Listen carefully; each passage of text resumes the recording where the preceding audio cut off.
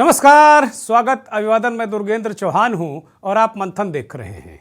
उत्तर प्रदेश में निकाय चुनाव में नामांकन का अब दौर एक तरीके से खत्म हो गया है और प्रचार अब अपनी रफ्तार पकड़ चुका है। इसी क्रम में सत्ता पर बैठी यानी निकाय चुनाव की सत्ता पर बैठी बीजेपी और मुख्य विपक्षी दल समाजवादी पार्टी ने अभियान तेज कर दिया है।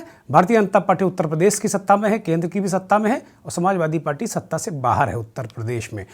सहारनपुर में कल सीएम योगी ने प्रचार का आगाज किया और कानून व्यवस्था पर जिस तरीके से उन्होंने पूरा फोकस रखा अपने निकाय चुनाव अभियान को, उसको लेकर समाजवादी पार्टी ने भी पलटवार किया है।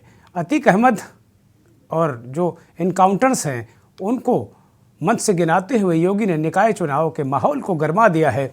तो पूर्व मुख्यमंत्री अखिलेश यादव ने आज लखनऊ में प्रेस कॉन्फ्रेंस की और सीएम योगी के बयान, उनके दावे प्रतिदावों पर उन्होंने पलटवार किया है। आम आदमी पार्टी भी निकाय चुनाव में अपनी चुनावी वादे जनता के सामने कर रही है। उसके नेता संजय सिंह लगातार प्रेस कॉन्फ्रेंस कर रहे हैं। उत्तर प्रदेश में वो कोशिश कर रहे हैं। बहुजन समाज पार्टी और कांग्रेस भी शहर और कस्बे की सरकार में काबिज होने के लिए खरामा चल रही है। और लेकिन इन सब के बीच सियासी दल एक दूसरे पर बुनियादी मुद्दों से ध्यान भटकाने का आरोप लगा रहे हैं और निकाय चुनाव प्रचार को अब लगातार वो फोकस कर रहे हैं। इसमें मंथन आज इसी पर कि आखिर चुनाव तो निकाय का है, लेकिन मुद्दे विधानसभा चुनाव, लोकसभा चुनाव के हैं। तो वास्तव में क्या निकाय चुनाव, जो निकाय के मूल मुद्दे हैं, क्या उनसे ध्यान भटकाकर करने की कवायद है या विपक्ष उन मूल मुद्दों को एड्रेस नहीं कर पा रहा है? वास्तव में क्या ये निकाय चुनाव पूरा इसी तरीके से अपने मूल मुद्दों के बगैर हो जाएगा क्या?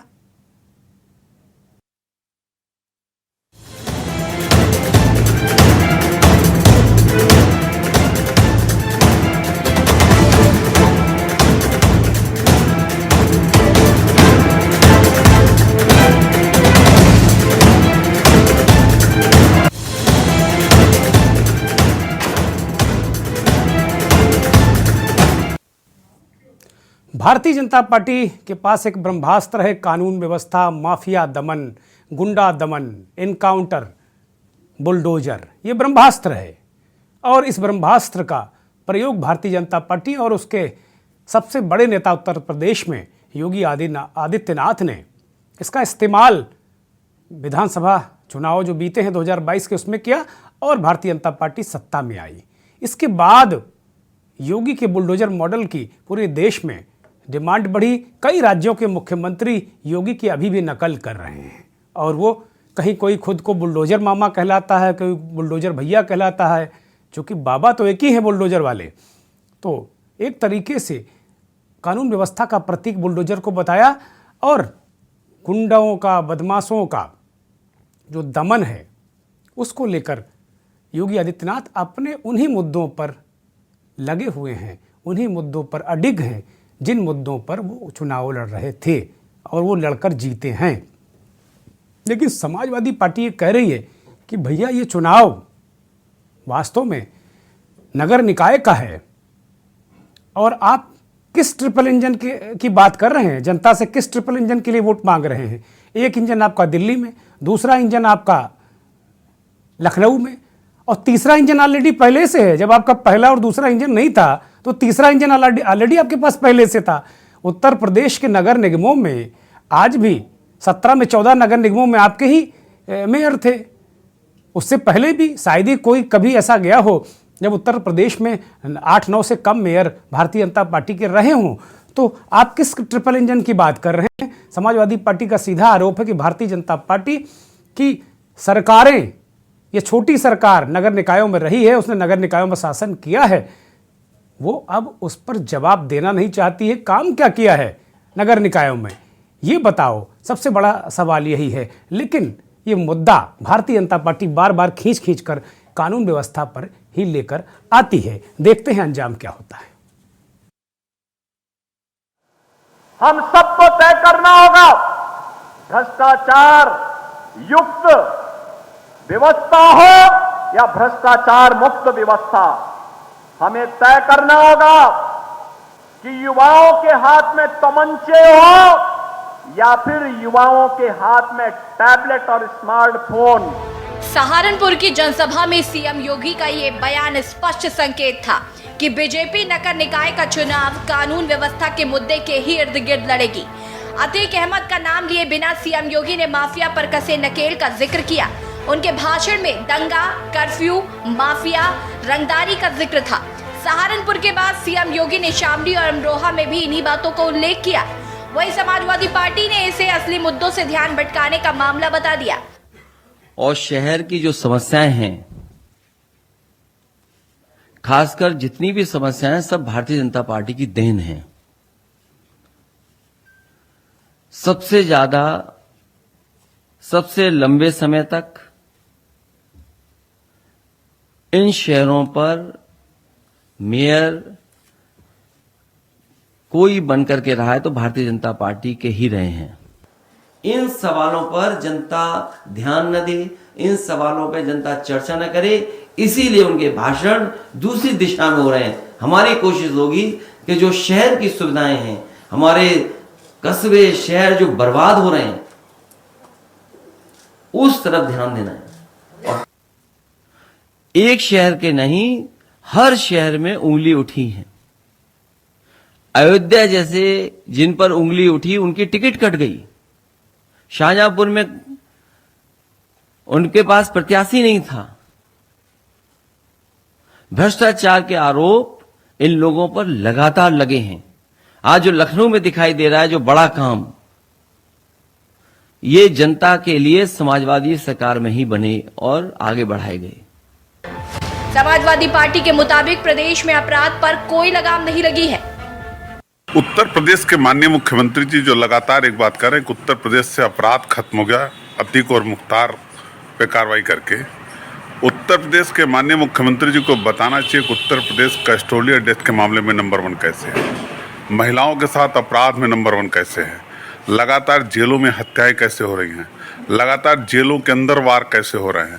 उत्तर प्रदेश के मुख्यमंत्री जी उस सवाल का भी जवाब देना चाहिए, जिन अपराधियों की पत्नियों को विधान परिषद और जिला पंचायत में बैठा दिया गया, वो किसके संरक्षण में पल्लवित पुष्पित हो रहे हैं। इसलिए उत्तर प्रदेश के मुख्यमंत्री जी को सिर्फ वन साइडेड कार्रवाई करके उत्तर प्रदेश में अपराध नहीं खत्म कर सकते।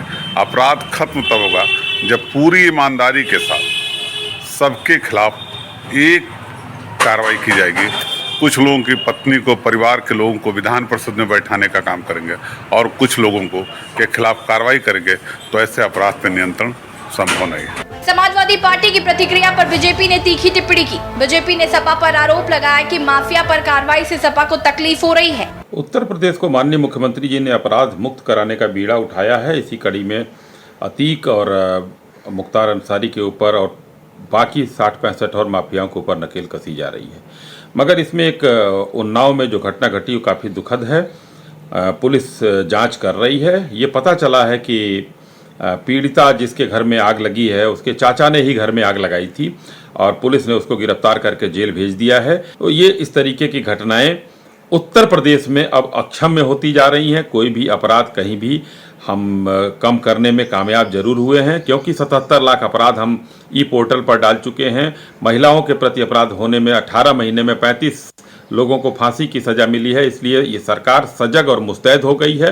फास्ट ट्रैक कोर्ट हमारे बहुत अच्छे काम कर रहे हैं। ये देखने में आ रहा है कि माननीय योगी जी ने जो संकल्प लिया है अपराध मुक्त करने का, उसको हम लोग ये उत्तर प्रदेश को सर्वोत्तम बनाकर अब रहेंगे। आरोप प्रत्यारोप से इतर एक बात साफ है कि बीजेपी को लगता है कि कानून व्यवस्था के मुद्दे पर उसे व्यापक जन समर्थन हासिल हो रहा है। इससे बीजेपी निकाय चुनाव में विकास के मुद्दे के बजाय कानून व्यवस्था पर ही भरोसा कर रही है। कानून व्यवस्था का मुद्दा हर धर्म के लोगों को प्रभावित करता है। इसलिए पीएम नरेंद्र मोदी भी यूपी में अपने भाषणों में इस मसले को उठाते रहे हैं। में कानून व्यवस्था बेहतर हुई है, ये बात सही है। माफियाओं के पर कतरे गए हैं। माफियाओं को मिट्टी में मिलाने का जो एक वादा था वो पूरा हो रहा है। इस बात से उत्तर प्रदेश की जनता खुश भी है। अपराध कम हुआ है, दंगे अब नहीं होते। उत्तर प्रदेश पहले बदनाम था सांप्रदायिक दंगों के लिए, उत्तर प्रदेश बदनाम था माफियागिरी के लिए, लेकिन अब पहले से बहुत बेहतर है। शायद इसीलिए यूपी की जनता ने दोबारा योगी आदित्यनाथ जी को मुख्यमंत्री बनाया। यूपी बड़ा बदनाम रहा है आपराधिक पृष्ठभूमि के लिए। बिना नाम लिए ही सही, लेकिन अतीक अहमद निकाय चुनाव में बड़ा मुद्दा बन चुका है। अतीक मुद्दे के सहारे पूरे प्रदेश की कानून व्यवस्था को सुधारने की बीजेपी के दावे हर जनसभा में सुनाई देंगे, तो सपा विकास और महंगाई के मुद्दे पर जनता के बीच वोट मांगेगी। नगर निकाय का चुनाव असल में बुनियादी मुद्दों पर लड़ा जाता है। 20-20 साल तक शहर पर राज करने वाले सियासी दल सड़क, बिजली, पानी, नाली, साफ सफाई, क्षेत्र के विकास जैसे मुद्दे पर कितना काम किया, इसका हिसाब न देकर विधानसभा और लोकसभा चुनाव के मुद्दे नगर निकाय चुनाव में उठा रहे हैं। आखिर सियासी दल बुनियादी मुद्दों से क्यों भाग रहे हैं, ये बड़ा सवाल है। स्पेशल डेस्क के न्यूज इंडिया। यही मेरा भी सवाल है कि सियासी दल, ये चुनाव नगर निगम का है और जिन लोगों ने नगर निगमों पर, नगर निकायों पर, नगर पंचायतों पर, नगर पालिकाओं पर राज किया है, उनको जवाब देना होगा कि वहां की जनता के लिए क्या काम किए और मूल काम क्या थे आपके। ठीक है, अगर राज्य सरकार के मुखिया ने माफिया दमन कर दिया, बहुत अच्छी बात है। अगर उन्होंने कानून व्यवस्था और महिलाओं के सम्मान की रक्षा की, उससे अच्छी बात है। लेकिन आपकी सरकारों से पहले आपके नगर निकायों में सरकार थी, उसका भी हिसाब तो देना पड़ेगा। जैसे दिल्ली में केजरीवाल हिसाब मांग रहे थे वहाँ एमसीडी का, उसी तरह यूपी में भी आम आदमी पार्टी और अखिलेश यादव हिसाब मांग रहे हैं कि भाई बताओ नगर निगमों का हिसाब, ध्यान मत भटकाओ। योगी आदित्यनाथ लगातार नगर निगम के चुनाव प्रचार में कूद पड़े हैं। पश्चिमी उत्तर प्रदेश में उन्होंने करारा हमला किया विपक्ष पर। कल और आज वो कांग्रेस के गढ़ रायबरेली में उन्होंने धुआंधार चुनाव प्रचार किया और लगातार वो आगे प्रचार के लिए उत्तर प्रदेश में घूम रहे हैं। पूर्व मुख्यमंत्री अखिलेश यादव ने प्रेस कॉन्फ्रेंस की और उन्होंने कहा कि भाई लखनऊ, कानपुर, बनारस, आगरा, ये ऐसे वो हैं जहां पर भारतीय जनता पार्टी का राज 20-30 साल से रहा है नगर निगमों पर। दूसरे दल वहां पर नहीं काबिज हो पाए, लेकिन वो बात माफिया की कर रहे हैं, लॉ एंड ऑर्डर की कर रहे हैं। आपने इन नगर निगमों में, इन नगरीय क्षेत्रों में नागरिकों की सहूलियत के लिए काम क्या किए, वो बताओ। वो बात उन्होंने पूछी। और सबसे बड़ी बात यह है कि अखिलेश यादव कह रहे हैं कि भाई उनकी पार्टी क्या देगी। कुछ ग्राफिक्स के जरिए हम आपको दिखा रहे हैं कि समाजवादी पार्टी ने क्या कहा कि मनरेगा की तर्ज पर वो रोजगार गारंटी देंगे अगर नगर निगमों में उनकी सरकार बनती है, नगर निकायों में बनती है। ये एक अच्छी बात है। नगर स्तर पर क्षेत्र के अच्छे काम पर नगर भारतीय सम्मान भी देंगे कि भाई अगर नगर निगम या नगर निकायों में कोई अच्छा काम करता है तो उसको देंगे। समाजवादी कैंटीन और किराना स्टोर स्थापित किए जाएंगे, ये भी बहुत अच्छी बात है। एक सस्ता सामान महंगाई के लिए ये बहुत अच्छी बात है कि महंगाई ना हो, इसके लिए लीज होल्ड संपत्तियों का रुका हुआ विनियमितीकरण भी करेंगे। ये भी अपने आप में विनियमितीकरण भी एक बहुत बड़ा मुद्दा है, बहुत लोग इससे पीड़ित हैं। पार्कों में योग केंद्र खुलेंगे, ये भी बड़ी महत्वपूर्ण बात कही। नए सामुदायिक केंद्र बनेंगे, ये भी बड़ी महत्वपूर्ण घोषणा है अखिलेश यादव की। आज उन्होंने प्रेस कॉन्फ्रेंस करके गौशालाओं को आत्मनिर्भर बनाया जाएगा, ये भी एक महत्वपूर्ण घोषणा है अखिलेश यादव की। महिलाओं को स्वास्थ्य सुरक्षा के लिए खास पहल की जाएगी। महिला स्वास्थ्य की भी बात कर रहे हैं। जो नगर निगम और नगर निकाय जो अन्य है, नगर पालिका, नगर पंचायत, इसको लेकर ये एक अच्छी बात है। आम आदमी पार्टी ने भी इस तरह की कुछ घोषणाएं की हैं, वो भी लगातार कर रहे हैं। वो कह रहे हैं हाउस टैक्स हाफ और वाटर टैक्स माफ़ किया जाएगा, ये वो कह रहे हैं। आम आदमी पार्टी, उनकी कुछ घोषणाएं आप स्क्रीन पर हैं, वो भी देख लीजिए।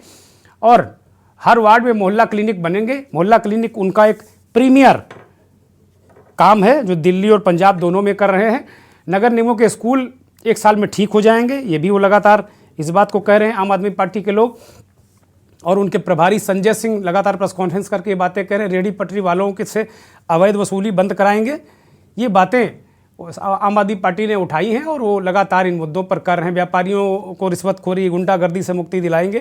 ये एक घोषणा पत्र एक तरीके से संजय सिंह इसको जारी कर चुके हैं। कांग्रेस पार्टी और जो अन्य नगर निगम की सड़कों को गड्ढा मुक्त बनाएंगे, ये बहुत बड़ा मसला है। इसको कई बार ये अभियान उत्तर प्रदेश की सरकार चला चुकी है, गड्ढा मुक्त। पता नहीं कितने गड्ढे भरे और कितने गड्ढे और हो गए, ये पता नहीं है। तो शहरी नालियों को ठीक कर रहे हैं। वास्तव में ये समाजवादी पार्टी हो या आम आदमी पार्टी हो, ये बात तो ठीक कर रहे हैं। ये बात तो नगर निगमों की कर रहे हैं, ये तो नहीं कर रहे हैं कि भाई इन पर जो मूल मुद्दे उन पर ये बात नहीं कर रहे हैं। बहुजन समाज पार्टी की मायावती जो मुखिया है, उन्होंने भी कहा कि हम बहुत ताकत के साथ चुनाव लड़ेंगे। अभी उन्होंने कुछ कानून व्यवस्था के सुधार पर उन्होंने भी कुछ फोकस किया है। अब नगर निगमों से कैसे कानून व्यवस्था सुधार करेंगी वो पता नहीं, क्योंकि उनकी सरकार है नहीं उत्तर प्रदेश में, और निकट भविष्य में आ जाए मेरी शुभकामनाएं। क्षेत्रों के अधूरे काम, वो कह रहे हैं अधूरे काम भी हम पूरे कर देंगे जो लगातार अभी अधूरे हुए हैं और वो पूरे नहीं हुए हैं। अभी कांग्रेस पार्टी पानी, बिजली, सफाई विशेष ध्यान होगा, एक जनरल सी बात है। कोई रोड मैप नहीं है जैसे समाजवादी पार्टी या आम आदमी पार्टी का रोड मैप है, वो नहीं है। दलित उत्पीड़न रोकने के कदम उठाएंगे, नगर निगम कैसे दलित उत्पीड़न रोकेंगे, ये बात थोड़ा मुझे भी समझनी होगी कि कैसे क्या होगा, क्योंकि बुनियादी मुद्दों से ध्यान वो करें कि फोकस इसी पर रहेगा। कांग्रेस पार्टी के भी अपने कुछ घोषणा पत्र, कुछ बातें उन्होंने कही हैं, और भारतीय जनता पार्टी ने अभी तक कोई आधिकारिक घोषणा उसके किसी नेता ने नहीं की कि भाई उनका घोषणा पत्र क्या होगा। सूचना है कि 1-2 दिन में उनका संकल्प पत्र आएगा, लेकिन महिला जो मोटे मोटे तौर पर वादे हैं, महिला सुरक्षा, स्मार्ट सिटी की ये बात कर रहे हैं, उनका प्रोजेक्ट है जिस पर वो काम कर रहे हैं। इस तरह की चीज़ें वो कर रहे हैं, लेकिन हो सकता है 1-2 दिन में उनका संकल्प पत्र आ जाए। मोटे तौर पर जो हमको 1-2 जगह कहीं दिखा वो बस यही स्मार्ट सिटी और महिला सुरक्षा और कानून व्यवस्था, उनका जो प्राइम मुद्दा है वो रहेगा। शहरों में पेयजल की बात वो कह रही है, लेकिन अब लगातार सरफेस वाटर घटता जा रहा है, ग्राउंड वाटर की हालत ख़राब है। क्या कार्य योजना होगी? हालांकि बुंदेलखंड में उन्होंने घर घर नल योजना लागू की है। तो बहुत सारी बातें सरकार में हैं। भारतीय जनता पार्टी नगर निगमों, नगर निकाय की सरकारें बहुत लंबे समय से है। उत्तर प्रदेश की सरकार और देश की सरकार में भी वो लंबे समय से जवाबदारी सबसे ज़्यादा उन्हीं की ही बनती है। हमारे साथ एक पैनल जुड़ गया है जिसमें कुछ एक्सपर्ट भी हैं, कुछ पॉलिटिकल लोग भी हैं। मैं परिचय करा दूं, कांग्रेस पार्टी के नेता शैलराज सिंह हमारे साथ जुड़े हैं। शैलराज जी बहुत स्वागत, धन्यवाद। भारतीय जनता पार्टी के केसी जैन साहब हमारे साथ जुड़े हैं, बहुत ही वरिष्ठ नेता प्रवक्ता। जैन साहब आपका भी बहुत स्वागत। समाजवादी पार्टी के नेता प्रवक्ता विकास पांडे जी हमारे साथ जुड़े हैं। विकास जी बहुत स्वागत, बहुत धन्यवाद। वास्तव में महिला अधिकारों के लिए काम करने वाली, सामाजिक मुद्दों पर काम करने वाली और जो नगरीय समस्याएं हैं उन पर अपनी लेखनी चलाने वाली और हरदम अपनी आवाज़ उठाने वाली वरिष्ठ पत्रकार बहन मौली सेठ हमारे साथ जुड़ गई। बहुत स्वागत, बहुत धन्यवाद आपका। और उत्तर प्रदेश ही नहीं पूरी देश में तमाम राजनीतिक यात्राएं करने वाले राजनीतिक विश्लेषक राघवेंद्र सिंह राजू हमारे साथ उपलब्ध हैं, जुड़ चुके हैं। राजू जी बहुत धन्यवाद, बहुत स्वागत आपका। और लगातार ऑफ स्क्रीन हमारी आपकी चर्चा नगर निकाय को लेकर हो रही थी। बहुत सारी चीज़ें, बहुत सारे मुद्दे हैं। मैं जैन साहब के पास जाऊंगा सीधे, फिर आप लोगों के पास आऊंगा। जैन साहब, बहुत सारे मुद्दे हैं। आपकी सरकारें नगर निकायों में, नगर निगमों में, अभी भी 17 नगर निगम में 14 में आपकी ही सरकार थी, और उसके बाद उसके पहले मुझे याद नहीं पड़ता कभी 8-9 से कम मेयर आपके रहे हों, मुझे नहीं याद पड़ता। मैं भी काफ़ी काम कर चुका हूं, और मुझे नहीं याद पड़ता कि आप लोग, जब आप लोगों की सीटें विधानसभा में बहुत कम होती थी, देश में 2 होती थी, तभी नगर निकाय आप लोग जीतते थे। तो शहरी लोगों की पार्टी आपको कहा जाता था। तो आप एक तो मुख्यमंत्री जी ट्रिपल इंजन के लिए वोट मांग रहे हैं, वो करें तो समाजवादी पार्टी करे तीसरा इंजन, तो 2 इंजनों से पहले ही लग गया था। अब कौन सा इंजन वो मांग रहे हैं कि दे दो भैया? तो पहले जो पहला वाला इंजन था निकायों वाला, उसका हिसाब किताब दो। ठीक है, कानून व्यवस्था पे हम सब अप्रिशिएट करते हैं मुख्यमंत्री को, आपकी पार्टी को, लेकिन बात नाली खलंजा सड़क की करो, विकास की करो, स्मार्ट सिटी में जो घोटाले घपले बवाल उनकी करो। ये विपक्ष सवाल उठा रहा है। और आपका क्या रोड मैप है? जैसे आम आदमी पार्टी ने कहा कि भाई टैक्स माफ़ कर देंगे, टैक्स हाफ कर देंगे, पानी को का जो शुल्क है वो माफ़ कर देंगे। बहुत सारी इस तरह की बातें समाजवादी पार्टी ने भी अपने वादे किए, जो हमने आपको दिखाए, अभी लगातार स्क्रीन पर हम उनको चला भी रहे हैं। तो जैन साहब, जो काम किया है ना उस पर वोट मांगिए ना। जी दुर्गेश जी, देखिए, हम जनता के बीच में जो जा रहे हैं वो काम के आधार पर ही है कि जनता स्वयं समझदार है, और मुद्दे कुछ भी बनाए जाए, लेकिन जनता की जो आवश्यकताएं है और जनता जिन चीजों के लिए संघर्ष करती है, उन चीजों का आकलन करने के बाद ही जनता वोट देती है। आप देखिए कि उत्तर प्रदेश में जो सभी जैन साहब, मैं रोक रहा हूं, सभी पैनलिस्ट से मेरा अनुरोध है कि चूंकि ये आवाज कहीं बाहरी आवाज आ रही है, कृपया जब आपका नंबर आए तब आप खोलिए अपना माइक, वरना माइक बंद रखिए, म्यूट रखिए कृपया, ताकि जो हमारे साथी बोल रहे हैं पैनलिस्ट, उनकी आवाज़ दर्शकों तक पहुंचे। बोलिए जान साहब। जी दुर्गेश जी, देखिए चर्चा हो रही है चुनाव को लेकर के, नगर निकाय के चुनाव को लेकर के, और ये बात आपने सही कही कि नगर निकायों में भारतीय जनता पार्टी का पलड़ा हमेशा से भारी रहा, और जब प्रदेश में सरकारें नहीं बनती थी तब भी भारतीय जनता पार्टी कई नगर निकायों में मेयर के और अच्छी संख्या में सभासद जीत करके आते। तो इसका सबसे बड़ा कारण यही है, बात शहर और गांव की नहीं है, बात यह है कि जो पार्टी काम करेगी, जो लोग काम करेंगे, उनको जनता जिता करके भेजेगी। और आपने ये भी देखा होगा दुर्गेश जी कि कई जगहों पर न सपा, न भाजपा, न कांग्रेस, कोई पार्टी ना जीत करके कई जगहों पर नगर निगम में निर्दल प्रत्याशी भी और कई बार लगातार जीतते हैं। उसका कारण यही है कि वो जनता के लिए काम करते हैं, और जनता ये सोचती है कि भाई इनको परिवर्तित करने की आवश्यकता नहीं है, ये अच्छा आदमी है, काम कर रहा है, भले ही निर्दल है, किसी पार्टी से नहीं है। तो कई बार ये भी देखा गया है कि निर्दल प्रत्याशी भी कई बार लगातार जीतता रहता है। और देखिए जनता पूरा हर चीज का मूल्यांकन करती है दुर्गेश जी, और हम क्या है, आप देखिए पहली बात तो ये कि जो सबसे बड़ी के लिए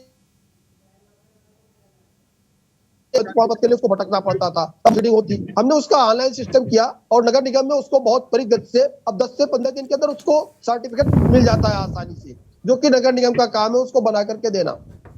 दूसरी चीज क्या है, सफाई के लिए घर घर कूड़ा उठवाने का काम भारतीय जनता पार्टी की जहां जहां पर मेयर जीते हैं और जहां जनता पार्टी के नगर निगम में लोग जीते हैं, वहां पे इन चीजों को बखूबी बहुत अच्छे तरीके से कर रहे हैं। नाले खुलेआम बहा करते थे और बरसात में इसमें बच्चे तक बह जाते थे, आज उन नालियों को जैन साहब ये मुद्दे बता कहाँ रहे हैं आप तो करेंगे माफिया का सीना फोड़ दिया, सर फोड़ दिया, माफिया का दमन कर दिया, ये मुद्दे आप बता कहाँ रहे हैं? आप तो भले मानस हैं, बड़े अच्छे आदमी हैं, आप मुद्दों की बात कर रहे हैं। आपकी पार्टी के नेता बस यही कर रहे हैं, इनकाउंटर, बुलडोजर, इसके अलावा कौन बात कर रहा है? हाँ, मैं इस पे भी आ रहा हूँ। मुख्य मुद्दा तो यही है आपकी पार्टी का। ऐसा नहीं है, आपके जो स्टार प्रचारक है, पोस्टर बॉय हैं योगी जी, वो तो कह रहे हैं कि भाई सबसे बड़ा मुद्दा मेरा यही है। बिल्कुल, मैं वही बता रहा हूँ, बाकी काम तो हम करते ही हैं। देखिए आप ज्वलंत मुद्दों को उठाते हैं और बहुत ही तीखे प्रश्न होते हैं आपके, लेकिन सारे प्रश्नों की बौछार एक साथ कर देंगे तो आप जवाब कैसे देंगे? मेरा जवाब भी ले लीजिए। देखिए अगर माननीय मुख्यमंत्री योगी आदित्यनाथ जी ने इन बातों को कहा है, उसके पीछे रीजन है, लॉजिक। सबसे बड़ी बात यह है कि ऐसा कोई भी व्यक्ति नहीं चाहेगा कि मैनेजर ईमानदार हो बैंक का, लेकिन बाबू जो हो और जो छोटे स्तर के जो उसमें कर्मचारी हो बेईमान हो, वो आप अपना पैसा निकालने जाए और कहीं किसी स्कीम के तहत आपके अकाउंट में पैसा आया है तो उस पैसे में वो कमीशन मांगे, आप ऐसा बिल्कुल नहीं चाहेंगे।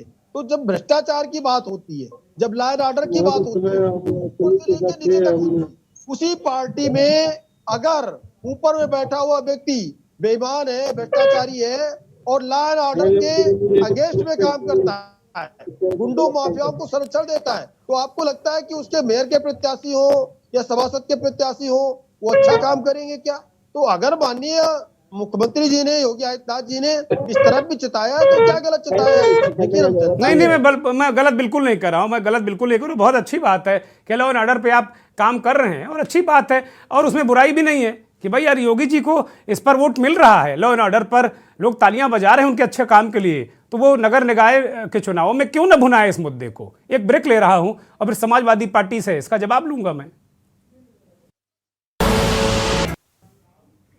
मंथन में आज यही सवाल कि क्या उत्तर प्रदेश में नगर निकाय का चुनाव, जो नगर निकाय के मूल मुद्दे हैं उन पर क्या हो रहा है, या भारतीय जनता पार्टी इसको कानून व्यवस्था के इर्द गिर्द, इस मैदान को कानून व्यवस्था के इर्द गिर्द इस लड़ाई को लेकर आना चाहती है? क्योंकि अगर इस मुद्दे पर चुनाव हुआ तो वैसे ही बीजेपी नगर निकायों में, नगरों में, नगर निगमों में आगे रहती है, उससे और फायदा मिल सकता है, ऐसा आकलन है। समाजवादी पार्टी के नेता विकास पांडे लगातार हमारे साथ जुड़े हैं। पांडे जी, जैन साहब कह रहे हैं कि भाई ठीक बात है, हमने बहुत सारे काम कराए, लेकिन अगर लॉ एंड ऑर्डर अच्छा नहीं होगा तो फिर काम कैसे होंगे, बहुत सारी चीज़ें कैसे चलेंगी? और वो कह रहे हैं कि भाई हमारी सरकार ने बहुत अच्छे काम किए, हम लोग पहले से नगर निगमों में, नगर निकायों में हैं और बिल्कुल चकाचक कर दिया है। देखिए चमाचम जो सिटी हैं स्मार्ट हो गए हैं बिल्कुल। देखिए दुर्गेश जी, पहले तो मंच पे उपस्थित सभी पैनलिस्टों को मैं अनुमोदन के साथ प्रणाम करता हूं और अपनी बातों को अनुमोदन के साथ अभिव्यक्त करने की अनुमति चाहूंगा। कृपया इतनी बढ़िया इनके मेयर रहे हैं, नगर निकाय चुनाव की, मेरी आवाज आ रही होगी, नगर निकाय चुनाव की बात हो रही है। लखनऊ जो कि राजधानी है उत्तर प्रदेश की, उसमें स्मार्ट सिटी उसको डिक्लेयर किया इन्होंने और उसमें सड़कों को बनाने के लिए 38 करोड़ रुपए के आसपास इन्होंने खर्च किए हैं, जिसकी गुणवत्ता ऐसी है कि वो सड़कें उखड़ रही है।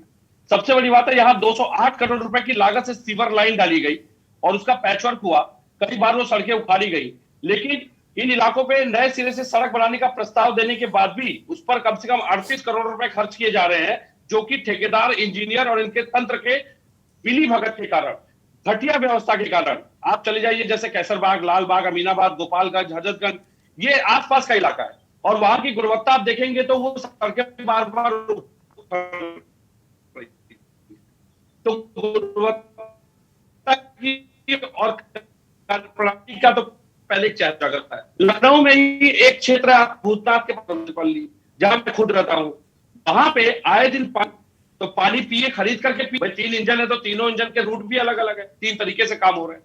उससे बड़ी बात पे आता हूं, अभी कानून व्यवस्था की बात पे दम भर रहे थे।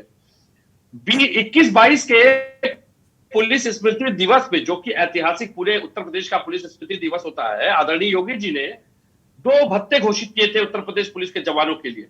एक बाइक भत्ता था और एक सिम भत्ता था। लगभग मैंने एक पोल किया था ट्विटर पे, जिसमें कि 803 वोट में पुलिसकर्मियों के पोल जो उसका रिजल्ट आया था, जिसमें कि 80% लोगों का कहना है कि कई जिलों में, 75 जिलों में उत्तर प्रदेश में 80% जिलों में यह भत्ता नहीं मिल रहा है। तो आप स्वयं अनुमान लगा लीजिए कि जो भत्ते मुख्यमंत्री घोषित करते हैं उन्हीं को लेकर के गंभीरता नहीं है। और डीजीपी ने अभी 2-3 दिन पहले कहा था कि फुट पेट्रोलिंग की जाए प्रॉपर तरीके से।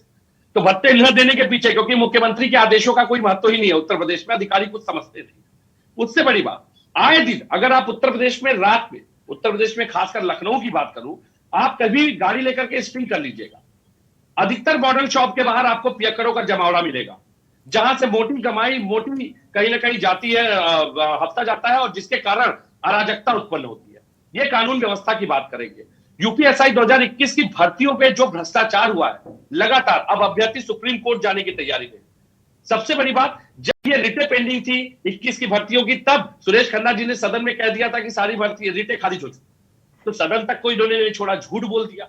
और सबसे बड़ी बात, काम की बात करते हैं, मुझे लगता है जरा जगरानी की तरफ से ये चले रिंग रोड की तरफ या टेढ़ी पुलिया की तरफ या मुंशी पुलिया की तरफ जरा बढ़े, तो मुझे लगता है वहां बाएं हाथ पे आपने देखा होगा एक बहुत बड़ा इलाका है, जो कि ऐसा लगता है कि वहां अतिक्रमण हो रखा है।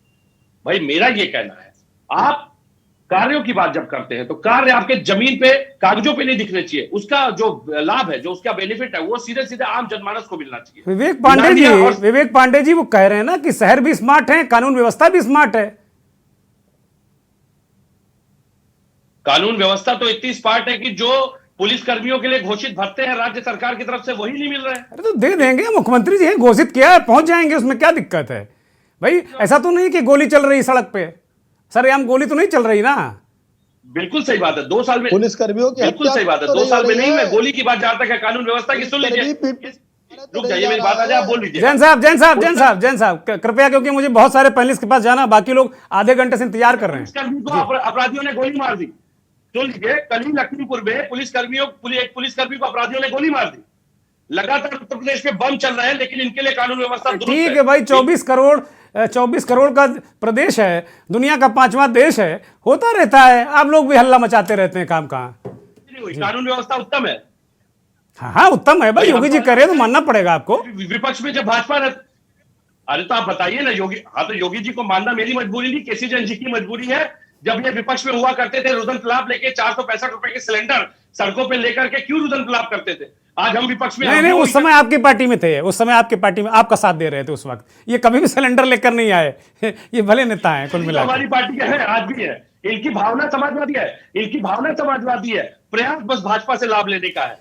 चलिए कोई बात नहीं, जैन साहब कोई लाभ नहीं लेते, बड़े सीधे साधे नेता हैं और सरल नेता हैं, इसमें कहीं कोई संदेह नहीं है। सैलराज के पास मैं जाऊंगा, कांग्रेस के नेता है सैलराज सिंह। सबका संजय सिंह आम आदमी पार्टी के वो कह रहे हैं कि भाई हम टैक्स हाफ कर देंगे, पानी माफ कर देंगे, बहुत सारी बातें वो कह रहे हैं। अखिलेश जी ने आज बाकायदे एक चार्टर जारी कर दिया कि भाई क्या क्या हम करेंगे, और आपकी पार्टी बस वही पुराना नारा लड़की हूं लड़ सकती हूं उसी के दम पे लड़ेंगे क्या? और कोई काम नहीं है, मतलब और कोई आपके पास योजना नहीं है नगर निगम के लिए, या सीरियस ही नहीं ले रहे हैं नगर निगम के चुनाव को?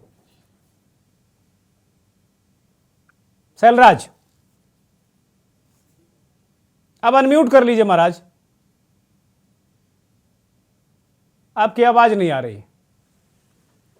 हाँ, सबकी बातें जब आने लगती है ना साथ में, तो आपकी बातें सामने नहीं आ पाई, क्योंकि ये नगर निकाय का चुनाव है और इसमें बहुत सारे राज्यों के मुद्दे भी, चूंकि उत्तर प्रदेश का है तो राज्यों के मुद्दे भी जुड़ी रहती है। जहां तक कानून व्यवस्था की बात आई तो सामने सामने ही दिखा कि जिस अतीक को ले जा रहे थे ये सुरक्षा व्यवस्था में, और पुलिस के सामने ही उसे मार दी जाती है, इससे बढ़िया और कानून व्यवस्था और क्या हो। अपराधी का हत्या हुआ इसमें कोई बात नहीं है, मगर जहां कानून व्यवस्था की बात है, सामने पुलिस रहते हुए, इतना सुरक्षा कर्मी रहते हुए उसकी हत्या कर दी जाती है। तो भाई बीजेपी के लोग कह रहे हैं कि भाई राजीव गांधी भी अभिरक्षा में मारे गए, इंदिरा गांधी भी अभिरक्षा में मारी गए, वो ये कह रहे हैं अब वो कह रहे हैं इसी तरह उनका भी मर्डर हुआ है, अब आप लोग शहीद कहते हैं उनको, बीजेपी वाले ये कह रहे हैं अब। नहीं, हम शहीद नहीं कह रहे हैं, एक अपराधी की हत्या हुई है, मगर अरे इंदिरा गांधी को तो शहीद कहते हैं, राजीव गांधी को शहीद कहते हैं ना आप लोग। बीजेपी वाले कह रहे हैं उनसे तुलना अतीक की कर रहे हैं, जैसे अतीक का मर्डर हुआ इंदिरा गांधी भी मर्डर हुआ से हुआ। मैं आ रहा हूं विवेक पांडे, आ रहा हूं आपके पास। मैं देख रहा था, कई नेताओं का बयान देख रहा था मैं। अभी जिस तरह से भयावह हो रहा है बीजेपी के प्रत्याशियों के द्वारा, रेहड़ी वाले को, ठेले वाले को दमन किया जा रहा है कि अगर तुम वोट नहीं दोगे, हमारी आवाज आ रही है? हाँ, दर्शक सुन रहे हैं, बोलिए, धड़ल्ले से बोलिए, बोलिए बोलिए। कि जिस तरह से रैली ठेले वाले को हटाया जा रहा है, धमकाया जा रहा है बीजेपी प्रत्याशियों के द्वारा कि वोट नहीं दोगे तो रैली लड़ने नहीं देंगे, गरीबों का दमन किया जा रहा है वोट मांगने के लिए। विधायक इनके एसपी और जाकर के डीसी को धमकाते हैं। अभी देखा है आपने, एक विधायक जी थे, वो सिटी एसपी को धमका रहे थे कि आपके एसएसपी और डीएम आपकी कोई कार्य योजना है? ठीक है, ये आप इन पे क्यों फोकस करते हैं? आप कैसे जीतेंगे नगर निगम का चुनाव? आपकी तो बहुत हालत खराब है। हम तो खुद ही अपनी बात रख रहे हैं भाई, हमने 70 सालों में विकास किया है और उसी का परिणाम है कि हमें आज में हमारा भारत इतना आगे बढ़ा है उसी 70 सालों में। ठीक है सैलराज भाई, ठीक है, आपकी बात आगे। मैं अब मौली जी के पास जाऊंगा। मौली जी, आपने सभी पैनलिस्ट को सुना और आप जो नगरीय विकास के मुद्दे हैं, सामाजिक मुद्दे हैं, उन पर आपने बहुत सारा काम किया। एक महिला होने के भी नाते, एक जर्नलिस्ट होने के नाते, एक सामाजिक चिंतक होने के नाते, ये चुनाव किन मुद्दों पर होने चाहिए? और अगर योगी जी कह रहे हैं लॉ एंड ऑर्डर ठीक है, तो इसमें कमी क्या है, दिक्कत क्या है? मौली जी। देखिए, कहने में कोई दिक्कत नहीं है। एक बड़ा जुमला है हमारे देश में, आजकल जुमलों की सरकार है, और जुमला है कि कहने में हर्ज क्या है। कहने को आप कुछ भी कहिए, कोई फर्क नहीं पड़ता, पर जो स्थिति है वर्तमान में, छोटी सी बात है, कल इतना आंधी तूफान आया, पानी बरसा, राज्य के बहुत हिस्सों में ये स्थिति रही, और उसके बाद सड़कों पे तार पेड़ टूट के गिरे, लोगों की झुग्गी झोपड़ियां उड़ गई, सड़कों के किनारे जो ये खोमचे वाले और छोटे छोटे सामान बेचने वालों के ठेले और वो होते हैं, और आज शाम तक उनकी कोई व्यवस्था नहीं थी। बहुत हिस्सों में बिजली नहीं थी। तो आपका निकाय स्तर पर क्या काम हो रहा है, ये आप बेहतर जानते हो। जहां तक लॉ एंड ऑर्डर की बात है, हाँ हमें पुलिसकर्मी दिखते हैं बहुत जगह टहलते हुए, झुंड में बातें करते हुए, लेकिन सुरक्षा नहीं दिखती है। अपनी सुरक्षा आपको अपने आप करनी है। गंगा बैराज पर जिस तरह से बाइक चलती हैं, जगह जगह पर जिस तरह गाड़ियों की पार्किंग होती है, पुलिस वालों की मौजूदगी में उस पर कोई ध्यान नहीं देता है। साइकिल और बाइक चोरी हो जाती है, कोई व्यवस्था नहीं है। तो निकाय चुनाव में अगर आप कानून और व्यवस्था की बात कह रहे हैं, तो भाई निकाय में तो कानून और सुरक्षा ऐसे ही देखी जाएगी। कैसे जांच करेंगे आप? मुझे कोई फर्क नहीं पड़ता कि अतीक पकड़ा गया या उसे गोली मार दी गई, लेकिन मुझे इस बात से फर्क पड़ता है कि हमारे देश के, हमारे राज्य के कुछ लोग आके कहते हैं कि हमने भाई गोली उसको इसलिए मारी कि हम मशहूर हो जाएं, और पुलिसकर्मी ठगे खड़े देखते रहते हैं। ये हमारी सुरक्षा है। एक महिला का घर जलता है, एक उससे पहले उन्नाव वाली घटना में उसने आत्महत्या कर ली, कानपुर के निकट घर जला, पुलिसकर्मियों की मौजूदगी में बुलडोजर, बाबा का बुलडोजर चल रहा था। उस घटना में क्या हुआ?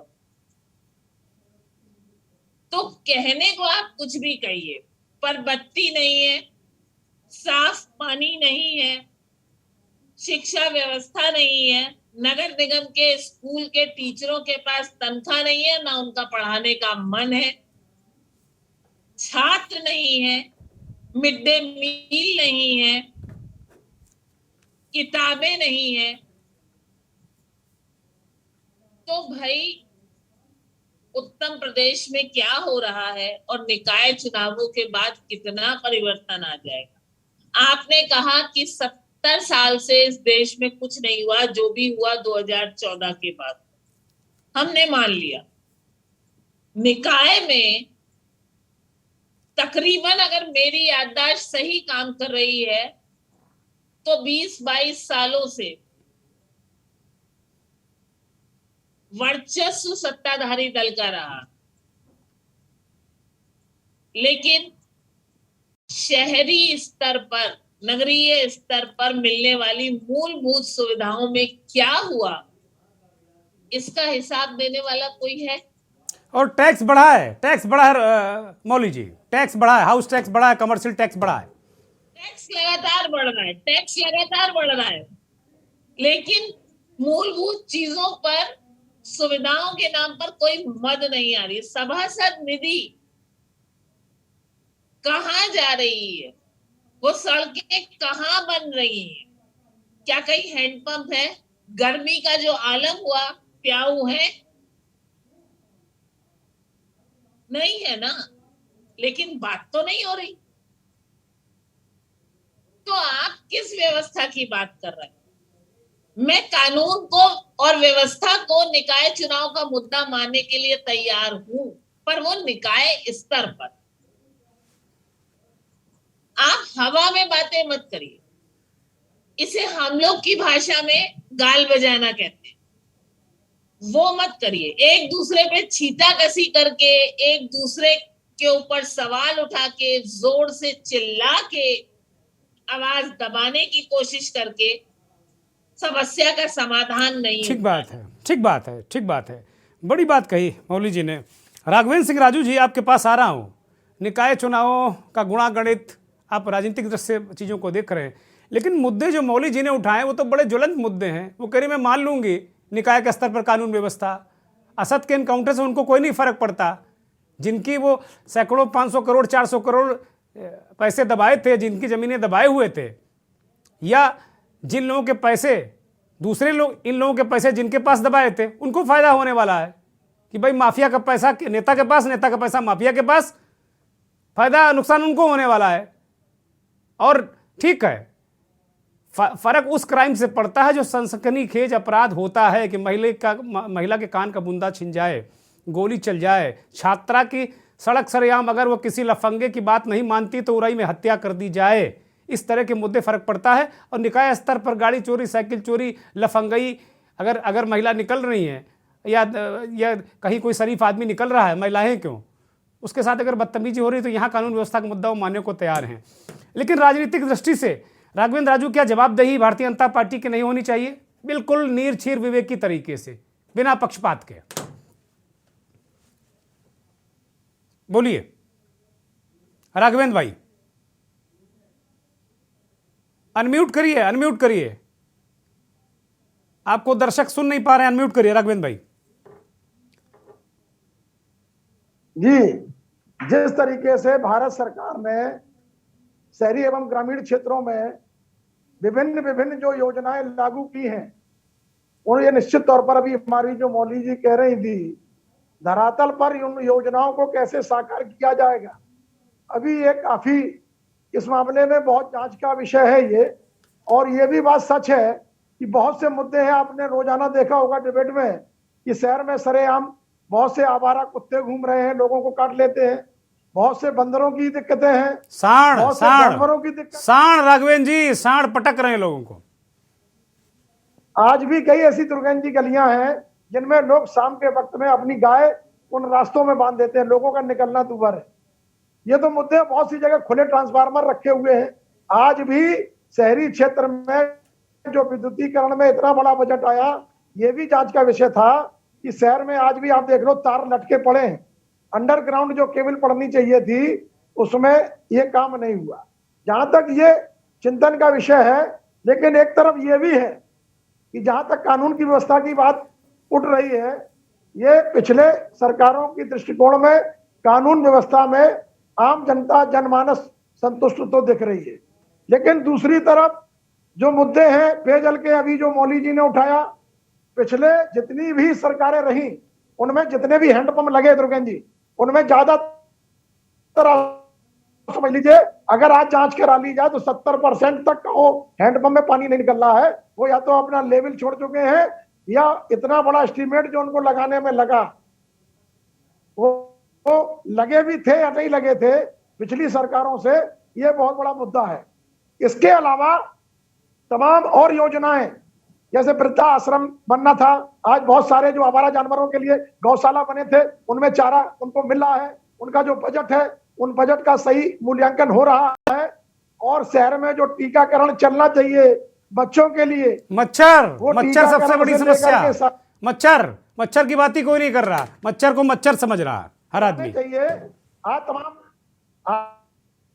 तमाम ऐसी जो बीमारियां हैं जिनमें अभी आप देख रहे हैं, फिर दिखाया गया कि भाई लहर आने वाली है। आप देख रहे हैं पूरे चुनाव के दरमियान पूरे प्रदेश में ये कौतूहल बना हुआ है कि भाई कोरोना की फिर लहर आ रही है, लेकिन नेता तो छोड़िए, अधिकारी तक कहीं आपको मास्क लगाए नहीं मिलेंगे।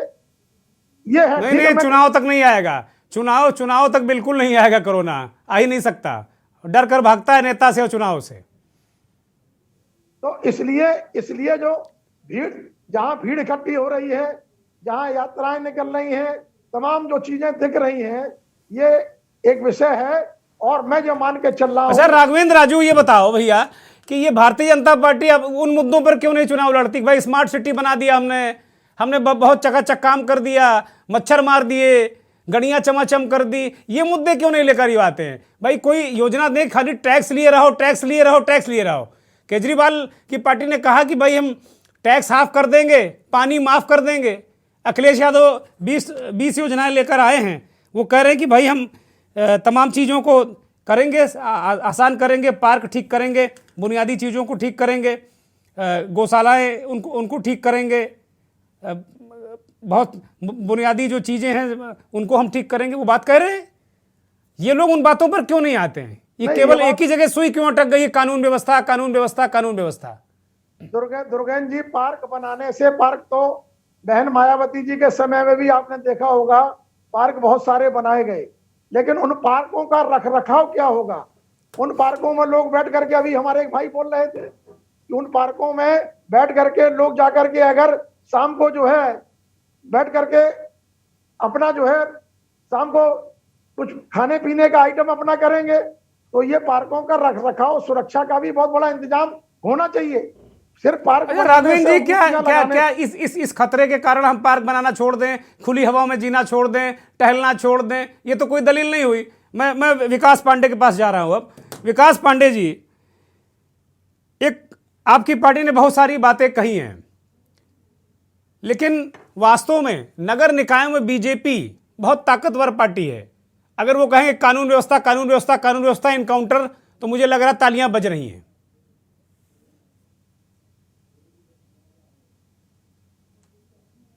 विवेक पांडे, अनम्यूट करिए।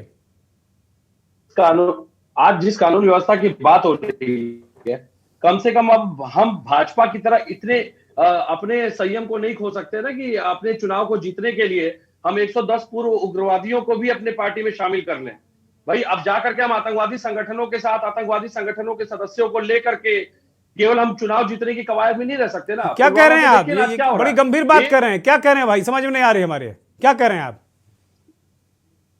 भाई मैं तो ये कह रहा हूं कि जिस तरीके से नॉर्थ ईस्ट में आंग्लो जिले में, कार्बी आंग्लो में इन्होंने national democratic front of Bodoland के सदस्य नवीन चंद्र बोरो के नेतृत्व में 110 पूर्व आतंकवादियों को भाजपा ज्वाइन करवाई, इतना निकृष्ट स्तर पे जाके हम नहीं काम कर सकते। हम मुख्य धारा में अगर कुछ भटके हुए नौजवान हैं, भटके हुए नौजवान उनको मुख्य धारा में ला रहे हैं, तो क्या गलत कर रहे हैं? अगर ये भटके हुए नौजवान हैं तो समाजवादी पार्टी पे जो आरोपित करने का प्रयास करते हैं, भाई कनेक्शन तो इन्हीं के हैं। इन्होंने तो जम्मू के निकाय चुनाव में पूर्व आतंकवादी को टिकट दिया था, सैफुल्ला को, जो कि 10 साल मिलिटेंट रहा है। भाई उसने कितने सुरक्षा बल के जवानों को मारा। और सबसे बड़ी बात सुन लीजिए, मेरी बात आने दीजिएगा दुर्गेश जी, आज जो सरकार का हिस्सा है, जो सरकार के बाकायदा संवैधानिक तंत्र का हिस्सा है, जनता को सरकार ने चुना, सरकार को जनता ने चुना, और सरकार ने चुना राज्यपाल। राज्यपाल स्वयं आरोप लगा रहे हैं, और राज्यपाल ने एक ट्वीट किया, आपकी ये केंद्र सरकार में आ गए तो आने वाली पीढ़ियां तक नहीं बचेंगी। तो सबसे बड़ी बात समझने वाली है, सबसे बड़ी बात यह है, इतने निकृष्ट स्तर पे गिरकर राजनीति हम नहीं कर सकते। हमारी अपनी एक मर्यादा है, हमारी अपनी। जैन साहब वो उन्होंने रेफरेंस दे दिया होगा, लेकिन वो कह रहे हैं कि आप लोग अगर निकाय चुनाव में जम्मू कश्मीर में पूर्व आतंकवादियों को टिकट दे रहे हैं तो उसकी बात वो कर रहे हैं। अब आप जवाब दीजिए। नाम नहीं लेते आज नरेंद्र मोदी जी, पुलवामा का नाम क्यों नहीं ले रहे हैं? विवेक पांडे जी, हम बहुत छोटी वाली सरकार की चर्चा कर रहे हैं, बड़ी वाली सरकार चर्चा किसी दिन और करेंगे। हम लोग आज छोटी सरकार की बात कर रहे हैं, उसी पर रहिए केंद्रित, उसी पे केंद्रित रहिए। जैन साहब रिएक्शन, फिर मैं मौलवी जी के पास जाऊंगा। जैन साहब वक्त नहीं है मेरे पास, अब बहुत कम वक्त। सत्ता मैं हूं, मैं सत्ता में हूं क्या? ये क्यों बीच में बोल रहे हैं भाई? संयम कहां गया? सत्ता का संयम कहां है? सत्ता का संयम कहां गया? विवेक पांडे जी कृपया शांत हो जाइए। विवेक पांडे जी शांत हो जाइए। जैन साहब 20 सेकंड का आपका रिएक्शन। जैन साहब ऐसे कोई फायदा नहीं, बोलते रहिए दोनों लोग। आज किसका वोट कहा जाएगा? दर्शक सुन नहीं पा रहे हैं, आप लोग बोलते रहिए। दर्शक सुन नहीं पा रहे हैं, आपस में क्लैश हो रहा है। कृपया दोनों लोग शांत हो जाइए। लग रहा है जैसे ही अतीक की बात आती है इनको डर लगने लगता है, क्योंकि उन्होंने पाला पोसा उसको। तो जो आतंकवादियों के साथ खड़ा है, जो अपराधियों के साथ खड़ा है, जो गुंडों माफियाओं के साथ खड़ा है, और आज बात कर रहे हैं कि इसकी इतने महान बन रहे, कहां क्या हुआ, कहां की बात लेकर। लीजिए, देखिए वही कानून व्यवस्था के इर्द गिर्द ही आएगा चुनाव, मुझे ऐसा लग रहा। अब मैं मौली जी के पास जाऊंगा। मौली जी, ये सारे राजनीतिक दल ये घुमाते रहते हैं, लेकिन फंसती है जो टैक्स पेयर है, आम आदमी है, पीड़ित वो है। लेकर क्या है जमीन पे? विवेक जी शांत हो जाइए, अब शांत हो जाइए कृपया, आपकी बात आ गई। मैं मौली से सवाल है मेरा। मौली जी बोलिए। क्योंकि एसआईटी की जांच में कनेक्शन सामने आ रहा है भाई, अलग से कर देंगे भाई। विवेक भाई इसको अलग से कर देंगे किसी दिन। जैन साहब को बुला लेंगे, आपको भी बुला लेंगे। कृपया शांत हो जाइए। विवेक जी शांत हो जाइए। जैन साहब प्लीज आतंकवादियों का मुकदमा वापस लेने वाली पार्टी। जैन साहब पुरानी नगर निगम पे बात करिए भाई। आतंकवादी कानून व्यवस्था बहुत अच्छी है, आतंकवादी बहुत खराब है, दुनिया को पता है कि उनसे खराब कोई होता नहीं दुनिया में, लाने लगते हैं। कृपया रुक जाइए, शांत हो जाइए। अब उनको बोलने दिए, मैं आपका जवाब लूंगा और आपसे ही खत्म करूंगा। मौली जी बोलिए। मैं आपसे खत्म करूंगा। जैन साहब कृपया प्लीज। सिर्फ इतना सवाल कर रहा हूं, मैं सिर्फ इतना कह रहा हूं, क्या एक भी काम नहीं हुआ? अरे जैन साहब बोल लीजिएगा ना, आप बोल लीजिएगा, उनको कहने दीजिए। पूरी ही नहीं करी है। आप लोग की सेंसिटिविटी इस लेवल की है कि आप पूरी बात नहीं सुन रहे। मैंने ये कहा कि जो काम हो रहे हैं हमें उन पर बात करनी है निकाय चुनाव में। मैंने एक बार भी ये नहीं कहा कि काम वो ये थी कि मुद्दों से भटकाने का काम आप क्यों कर रहे हैं, कोई भी दल हो, और उसमें अकेले आप नहीं है। इतनी संवेदनशीलता और इतनी समझदारी किसी भी जनप्रतिनिधि में होनी चाहिए। और जहां तक आलोचना की बात है, आलोचना होगी क्योंकि सार्वजनिक जीवन में आप उत्तरदायी होते हैं, बिल्कुल हो रहा है, लेकिन एक काम एक क्रम में होता है, उस क्रम के लिए आप एकदम से क्रेडिट मत लीजिए। मैंने आपको 100 उदाहरण दिए कल के तूफान आने के बाद क्या स्थिति है। मैंने कहा मैं कानून व्यवस्था पर मुद्दे पर मानूंगी अगर वो कॉलेज के बाहर निकलती लड़कियों के साथ बदतमीजी और आक्षेप के बारे में हो। ठीक बात है, ठीक बात है। अब मौलवी जी, मैं जैन साहब से जवाब ले लेता हूं, फिर उसके बाद मैं विकास के पास जाऊंगा। बहुत जल्दी में दीजिएगा आप लोग जवाब। जैन साहब बोलिए। दुर्गेश जी, देखिए, हमने आपके पहले स्टेटमेंट में यही चीज कही कि जो खुले नाले थे उनको ढका गया है, सीसी रोडें बनी हैं, टाइल्स की जो काम है वो काम हुए हैं, पानी की अच्छी व्यवस्था हुई है, घर घर कूड़ा उठाने की व्यवस्था हुई है, और यही सारे मुद्दे लेकर के हम जनता के बीच में जा रहे हैं। लेकिन हाँ, जब क्या होता है कि मेयर की सीट पर जहाँ पे चुनाव हो रहा है, माननीय मुख्यमंत्री जी वहां पर पहुंचते हैं, तो ऐसा नहीं कि सिर्फ कानून व्यवस्था पे चर्चा होती है, हर विषय पे चर्चा होती है। और हमने आपसे ये भी कहा कि ऐसा नहीं कि आप सिर्फ ऊपर लेवल के जो अधिकारी है सोचेंगे वो ईमानदार हो, सिपाही हो वो भ्रष्टाचारी हो, लेकिन हमारा जो एसपी हो वो ईमानदार हो, ऐसा जनता नहीं चाहती। इसी यही मामला चाहे लॉ एंड ऑर्डर का हो, चाहे ईमानदारी का हो, भ्रष्टाचार से रहित देश और प्रदेश की हो, नगर निकायों की हो, इस तरीके का शासन प्रशासन ठीक बात है, ठीक बात, ठीक बात है। जैन साहब कंप्लीट करिए, मेरे पास अब कुछ सेकंड बचे हैं, कृपया कंप्लीट करिए जैन साहब। जी कंप्लीट करिए कृपया। जी, देखिए, कुल मिलाकर के जो मुद्दे हैं वो प्रदेश स्तर के भी मुद्दे होंगे, नगर निकाय स्तर के मुद्दे, और ये बात सही है आपकी कि नगर निकाय के चुनाव, विधानसभा के चुनाव, लोकसभा के चुनाव, तीनों के मुद्दे अलग अलग होते हैं, तीनों की आवश्यकताएं अलग अलग होती है, और जनता सारी चीजों का आकलन करने के बाद ही वोट देती है। और हमें पूरा विश्वास और भरोसा है कि जिस तरीके से हमने काम किया है, जहां हम जीत करके पिछली बार आए थे, उससे ज्यादा जो है जनता एक बार फिर से हमको मौका देगी। ठीक बात अगर है, हम तो जनता हमको मौका बिल्कुल ठीक बात है। पांडे जी बस 10 सेकंड की छोटी सी टिप्पणी, मैं खत्म कर रहा हूं। पांडे जी, बहुत छोटी टिप्पणी में समेट देता हूं। 22-23 की जो बजट की प्राप्तियां आई थी, 5,44,836 करोड़ के सामने उत्तर प्रदेश सरकार ने 5,45,370 करोड़ रुपए अनुमानित बजट घोषित किया था, जिससे 534 करोड़ रुपए का नुकसान तो पहले ही स्वीकार कर लिया था। तो मुझे लगता है कि जो संस्थाएं पहले ही सरेंडर कर दे रही है वो काम कैसे करेंगी। केसी जैन जी वाहवाही करें, उनका धर्म है, लेकिन ये कार्य जमीन पे दिखने चाहिए। ठीक बात है, ठीक बात है, आ गई आपकी बात। शैलराज सिंह, 10 सेकंड में आपकी टिप्पणी, बोलिए। जिस तरह से केसी जैन जी ने बहस में ही दबंगई दिखाई है, भाजपा भी जमीनी स्तर पर ऐसे ही दबंगी दिखाकर वोटरों को हड़का रही है, और उसी तरह से वो वोट मांग रहे हैं। हमारा ये कहना है कि कांग्रेस पानी, बिजली और जो सबसे ज्यादा है शहरों की समस्या वो है कचरा का मैनेजमेंट। वेस्ट मैनेजमेंट जो सबसे बड़ी समस्या है, जिससे कि मच्छर और गायों का जो प्रकोप है वो आ रहा है। कांग्रेस इन मुद्दों पे ही चुनाव लड़े। ठीक बात है, ठीक बात है, आगे बात आपकी। राघवेंद्र राजू, 10 सेकंड में फाइनल कमेंट आपका, फिर कार्यक्रम को खत्म करूंगा। राघवेंद्र राजू, अनम्यूट करिए जल्दी से। राजू जी, आपकी आवाज नहीं आ रही, अनम्यूट करिए ना, मैं खत्म कर रहा हूं कार्यक्रम। दुर्गेश जी, 2 चरण में चुनाव हो रहा है उत्तर प्रदेश में। उन 2 चरणों के चुनाव में जो मूलभूत मुद्दे हैं, अभी देख रहा कि विपक्ष में कितना बिखराव है। और चलिए, राजू जी आगे की बात कंप्लीट नहीं कर पाए। बहुत बहुत धन्यवाद मौली जी, जैन साहब, विवेक पांडे जी, शैलराज सिंह जी और राघवेंद्र सिंह राजू जी, बहुत बहुत धन्यवाद, बहुत बहुत आभार। और बहुत बहुत धन्यवाद उन करोड़ों दर्शकों का जो के न्यूज़ को देखते हैं, हमारे इस खास कार्यक्रम मंथन को देखते हैं। नमस्कार।